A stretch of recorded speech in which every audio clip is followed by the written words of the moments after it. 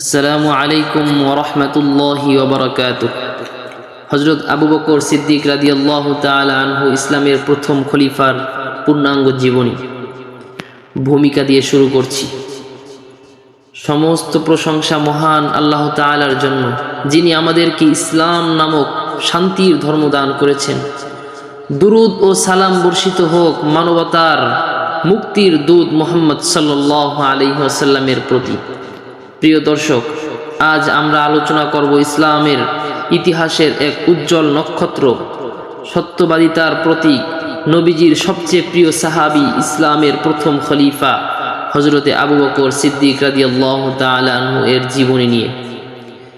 তিনি এমন একজন মানুষ ছিলেন যিনি পৃথিবীর সমস্ত সম্পদ, সম্মান, জীবন সব কিছু আল্লাহ ও তার রাসূলের জন্য উৎসর্গ করেছিলেন।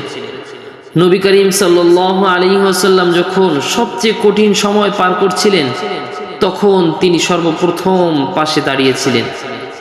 তিনি ছিলেন আবু বকর রাদিয়াল্লাহু তাআলা আনহু। আজকের এই দীর্ঘ আলোচনায় আমরা জানব তার জন্ম ও বংশ পরিচয়, ইসলাম গ্রহণের ঘটনা, নবীজির সাথে তার সম্পর্ক, হিজরতের ঐতিহাসিক ঘটনা, ইসলামের জন্য তার ত্যাগ, খিলাফতের দায়িত্ব, ইসলাম রক্ষায় তার সংগ্রাম, তার চরিত্র, তাকওয়া ও মৃত্যুর ঘটনা এবং মুসলমানদের জন্য তার জীবন থেকে শিক্ষণীয় বিষয়। প্রথম অধ্যায়, জন্ম ও বংশ পরিচয়। হযরত আবু বকর সিদ্দিক রাদিয়াল্লাহু তাআলা আনহু এর আসল নাম ছিল আব্দুল্লাহ ইবনে আবি কুহাফা। তিনি কুরাইশ বংশের একজন সম্মানিত ব্যক্তি ছিলেন। তার বংশ নবী করিম সাল্লাল্লাহু আলাইহি ওয়াসাল্লামের বংশের সাথে মিলিত হতো। তিনি মক্কায় জন্মগ্রহণ করেন। শৈশব থেকেই তিনি ছিলেন ভদ্র, শান্ত, দয়ালু ও সত্যবাদী। আরবের সমাজে যখন মানুষ মূর্তি পূজা, মদ, জুয়া, অন্যায় ডুবেছিল, তখন আবু বকর রাদিয়াল্লাহু তাআলা আনহু এসব থেকে দূরে থাকতেন। তিনি কখনো মদ পান করেননি, কখনো মূর্তির সামনে মাথা নত করেননি। লোকেরা তাকে সম্মান করত তার সুন্দর চরিত্রের জন্য। দ্বিতীয় অধ্যায়, ইসলাম গ্রহণের ঘটনা। যখন মুহাম্মদ সাল্লাল্লাহু আলাইহি ওয়াসাল্লাম নবুয়ত লাভ করেন, তখন সর্বপ্রথম পুরুষদের মধ্যে ইসলাম গ্রহণ করেন আবু বকর সিদ্দিক রাদিয়াল্লাহু তাআলা আনহু। নবীজি যখন তাকে ইসলামের দাওয়াত দিলেন, তখন তিনি কোনো প্রশ্ন করেননি, কোনো দ্বিধা করেননি। তিনি সঙ্গে সঙ্গে বললেন, আমি সাক্ষ্য দিচ্ছি আপনি আল্লাহর রাসূল। এই কারণেই তাকে বলা হয় সিদ্দিক, অর্থাৎ যিনি সত্যকে সাথে সাথে বিশ্বাস করেন। বিশেষ করে মেরাজের ঘটনার পরে যখন মক্কার কাফিররা নবীজিকে মিথ্যাবাদী বলছিল, তখন আবু বকর রাদিয়াল্লাহু তাআলা আনহু বলেন, যদি মুহাম্মদ সাল্লাল্লাহু আলাইহি ওয়াসাল্লাম বলে থাকেন তবে অবশ্যই তা সত্য। এই ঘটনার পর নবীজি তাকে আস-সিদ্দিক উপাধি দেন। তৃতীয় অধ্যায়, ইসলামের জন্য তার দাওয়াত। আবু বকর রাদিয়াল্লাহু তাআলা আনহু শুধু নিজে ইসলাম গ্রহণ করেই থেমে থাকেননি, তিনি অন্যদের কাছেও ইসলামের দাওয়াত পৌঁছে দেন। তার দাওয়াতে ইসলাম গ্রহণ করেন উসমান ইবনে আফফান রাদিয়াল্লাহু তাআলা আনহু, জুবাইর আবনুল আওয়াম রাদিয়াল্লাহু তাআলা আনহু, আব্দুর রহমান ইবনে আউফ রাদিয়াল্লাহু তাআলা আনহু, সাদ ইবনে আবি ওয়াক্কাস রাদিয়াল্লাহু তাআলা আনহু, তালহা ইবনে আবদুল্লাহ রাদিয়াল্লাহু তাআলা আনহু, যারা পরবর্তীতে ইসলামের মহান স্তরে পৌঁছে যান। ভাবুন, একজন মানুষের দাওয়াতে কত মহান ব্যক্তিত্ব ইসলাম গ্রহণ করেছিলেন। চতুর্থ অধ্যায়, নির্যাতনের সময় তার ভূমিকা। ইসলামের শুরুতে মুসলমানদের উপর অমানবিক নির্যাতন চালানো হতো। কেউ গরম বালুর উপর শুয়ে রাখা হতো, কাউকে ক্ষুধার্ত রাখা হতো, কাউকে মারধর করা হতো। এই কঠিন সময় আবু বকর রাদিয়াল্লাহু তাআলা আনহু তার সম্পদ ব্যয় করে অসংখ্য নির্যাতিত মুসলিম দাসকে মুক্ত করে দেন। তাদের মধ্যে অন্যতম ছিল বিলাল রাদিয়াল্লাহু তাআলা আনহু। যখন বিলাল রাদিয়াল্লাহু তাআলা আনহুকে উত্তপ্ত মরুভূমিতে শুয়ে পাথর চাপা দেওয়া হচ্ছিল, তখন আবু বকর রাদিয়াল্লাহু তাআলা আনহু তাকে কিনে মুক্ত করে দেন। এটাই ছিল তার ঈমানের শক্তি। পঞ্চম অধ্যায়, নবীজির সবচেয়ে প্রিয় সাহাবী আবু বকর রাদিয়াল্লাহু তাআলা আনহু ছিলেন নবীজির সবচেয়ে ঘনিষ্ঠ বন্ধু। নবীজি সাল্লাল্লাহু আলাইহি ওয়াসাল্লাম বলেন, মানুষের মধ্যে আমার প্রতি সবচেয়ে বেশি অনুগ্রহকারী হলেন আবু বকর রাদিয়াল্লাহু তাআলা আনহু। তিনি সব সময় নবীজির পাশে থাকতেন। যখন সবাই বিরোধিতা করছে তখন আবু বকর রাদিয়াল্লাহু তাআলা আনহু সমর্থন করছেন। যখন সবাই দূরে চলে যেত তখন তিনি পাশে থেকেছেন বা থাকতেন। ৬ষ্ঠ অধ্যায়, হিজরতের ঐতিহাসিক ঘটনা। মক্কার কাফিররা যখন নবীজিকে হত্যার পরিকল্পনা করল তখন আল্লাহর নির্দেশে মদিনায় হিজরত করা হয়। এই সফরে নবী করিম সাল্লাল্লাহু আলাইহি ওয়াসাল্লামের সঙ্গী ছিলেন আবু বকর রাদিয়াল্লাহু তাআলা আনহু। দুজন আশ্রয় নেন সাওর গুহায়।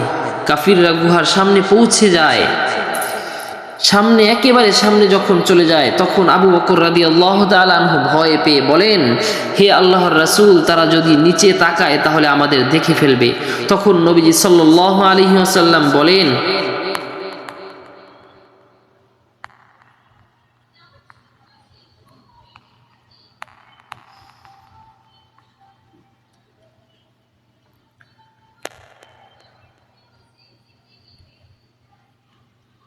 চিন্তা করো না, আল্লাহ তাআলা আমাদের সাথে আছেন। এই ঘটনা কোরআনেও উল্লেখিত হয়। ৭ম অধ্যায়, বদর, উহুদ, অন্যান্য যুদ্ধে অংশগ্রহণ। ইসলামের প্রতিটি গুরুত্বপূর্ণ যুদ্ধে আবু বকর রাদিয়াল্লাহু তাআলা আনহু অংশগ্রহণ করেছেন। বদরের যুদ্ধে ছিল ইসলামের প্রথম যুদ্ধ। এই যুদ্ধে আবু বকর রাদিয়াল্লাহু তাআলা আনহু নবীজি সাল্লাল্লাহু আলাইহি ওয়াসাল্লামের পাশে ছায়ার মতো ছিলেন। উহুদের যুদ্ধ, এই যুদ্ধ মুসলমানদের মধ্যে বিশৃঙ্খলা সৃষ্টি করেছিল।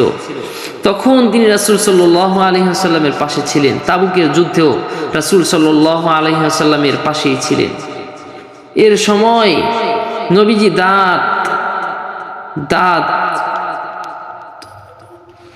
এই তাবুকের যুদ্ধের সময় নবীজি দান করতে বলছিলেন। তখন আবু বকর রাদিয়াল্লাহু তাআলা আনহু তার সকল সম্পদ দান করে দিয়েছিলেন। নবীজি জিজ্ঞাসা করলেন, পরিবারের জন্য কি রেখে এসেছো? তিনি বললেন, আল্লাহ ও তার রাসূলকে রেখে এসেছি। ৮ম অধ্যায়, তার বিনয় ও তাকওয়া। তিনি মুসলমান বিশ্বের শাসক হওয়ার পর সাধারণ মানুষের মতো জীবন যাপন করতেন। তিনি নিজেই কাপড় বাজারে বিক্রি করে জীবন যাপন করতেন। একজন বৃদ্ধা অন্ধ মহিলার ঘরে গিয়ে গোপনে কাজ করে দিতেন। রাতের আধারে গরিবদের সাহায্য করতেন। তিনি কখনো ক্ষমা বাদ দিতেন না। তিনি কখনো ক্ষমতা নিয়ে অহংকারও করেননি। ৯ম অধ্যায়, নবীজির ইন্তেকাল ও মুসলমানদের অবস্থা। যখন মুহাম্মদ সাল্লাল্লাহু আলাইহি ওয়াসাল্লাম ইন্তেকাল করেন তখন সাহাবীরা ভেঙে পড়লেন। অনেকেই বিশ্বাসই করতে পারছিলেন না। তখন আবু বকর রাদিয়াল্লাহু তাআলা আনহু দৃঢ় কণ্ঠে বললেন, যে মুহাম্মদ সাল্লাল্লাহু আলাইহি ওয়াসাল্লামের ইবাদত করত সে জেনে রাখুক মুহাম্মদ সাল্লাল্লাহু আলাইহি ওয়াসাল্লাম ইন্তেকাল করেছেন। আর যে আল্লাহর ইবাদত করে সে জেনে রাখুক আল্লাহ কখনোই ইন্তেকাল করেন না। এই বক্তব্য মুসলমানদের স্থির করে দেয়। ১০ম অধ্যায়, ইসলামের প্রথম খলিফা। নবীজির ইন্তেকালের পর মুসলমানরা তাকে ইসলামের প্রথম খলিফা নির্বাচিত করেন। এটি ছিল অত্যন্ত কঠিন সময়। অনেক গোত্র ইসলাম ত্যাগ করতে শুরু করে। কেউ জাকাত দিতে অস্বীকার করে, কেউ মিথ্যা নবী দাবি করে। কিন্তু আবু বকর রাদিয়াল্লাহু তাআলা আনহু দৃঢ়তার সাথে ইসলামের ভিত্তি রক্ষা করেন। ১১ অধ্যায়, মুরতাদদের বিরুদ্ধে যুদ্ধ। নবীজির ইন্তেকালের পর আরবে বিশৃঙ্খলা শুরু হয়। অনেকেই ইসলাম ছেড়ে দেয়। আবু বকর রাদিয়াল্লাহু তাআলা আনহু ঘোষণা করেন, যদি তারা রাসূলের সময় একটি উটের রশিও দিত আর এখন না দেয় তাহলে আমি তাদের বিরুদ্ধে যুদ্ধ ঘোষণা করব। তার এই দৃঢ়তার কারণেই ইসলাম টিকে যায়। ১২ অধ্যায়, কোরআন সংকলনের উদ্যোগ। যুদ্ধগুলোতে অনেক হাফেজ সাহাবী শহীদ হয়ে যান। তখন ওমর ইবনুল খাত্তাব রাদিয়াল্লাহু তাআলা আনহু পরামর্শ দেন কোরআন একত্রিত করার। আবু বকর রাদিয়াল্লাহু তাআলা আনহু এই গুরুত্বপূর্ণ কাজ করেন। যায়েদ ইবনে সাবিত রাদিয়াল্লাহু তাআলা আনহু এর নেতৃত্বে কোরআন সংকলিত হয়। এটি ছিল ইসলামের ইতিহাসের সবচেয়ে গুরুত্বপূর্ণ কাজগুলোর একটি। ত্রয়োদশ অধ্যায় তার শাসন অবস্থা। তিনি ছিলেন ন্যায়পরায়ক শাসন, রাষ্ট্রের অর্থ নিজের জন্য ব্যবহার করতেন না। তিনি বলতেন, দুর্বল ব্যক্তি আমার কাছে শক্তিশালী যখন না আমি তার হক আদায় করি। তিনি সব সময় জনগণের খোঁজ খবর নিতেন। চতুর্দশ অধ্যায় তার ইবাদত ও কান্না। আবু বকর রাদিয়াল্লাহু তাআলা আনহু অত্যন্ত নরম হৃদয়ের মানুষ ছিলেন। কোরআন তিলাওয়াত করতে গিয়ে কেঁদে ফেলতেন। রাতে দীর্ঘ সময় তাহাজ্জুদ পড়তেন। সব সময় আল্লাহর ভয়ে থাকতেন। পঞ্চদশ অধ্যায় মৃত্যুর ঘটনা। 63 বছর বয়সে তিনি অসুস্থ হয়ে পড়েন। মৃত্যুর আগে তিনি ওমর রাদিয়াল্লাহু তাআলা আনহুকে পরবর্তী খলিফা মনোনীত করেন। তিনি চাইতেন তাকে নবীজির পাশে দাফন করা হোক। অবশেষে তিনি ইন্তেকাল করেন। তাকে মসজিদে নববী এর পাশে নবী করিম সাল্লাল্লাহু আলাইহি ওয়াসাল্লামের কবরের নিকট দাফন করা হয়। 16 অধ্যায় আবু বকর রাদিয়াল্লাহু তাআলা আনহু থেকে আমাদের শিক্ষা, সত্যবাদিতা। তিনি সব সময় সত্যের পক্ষে ছিলেন। আল্লাহর উপর ভরসা, সবচেয়ে কঠিন সময়ও আল্লাহর উপর বিশ্বাস রেখেছেন। দানশীলতা, নিজের সম্পদ ইসলামের জন্য ব্যয় করেছেন। বন্ধুত্বের আদর্শ, নবীজির প্রতি তার ভালোবাসা ছিল অতুলনীয়।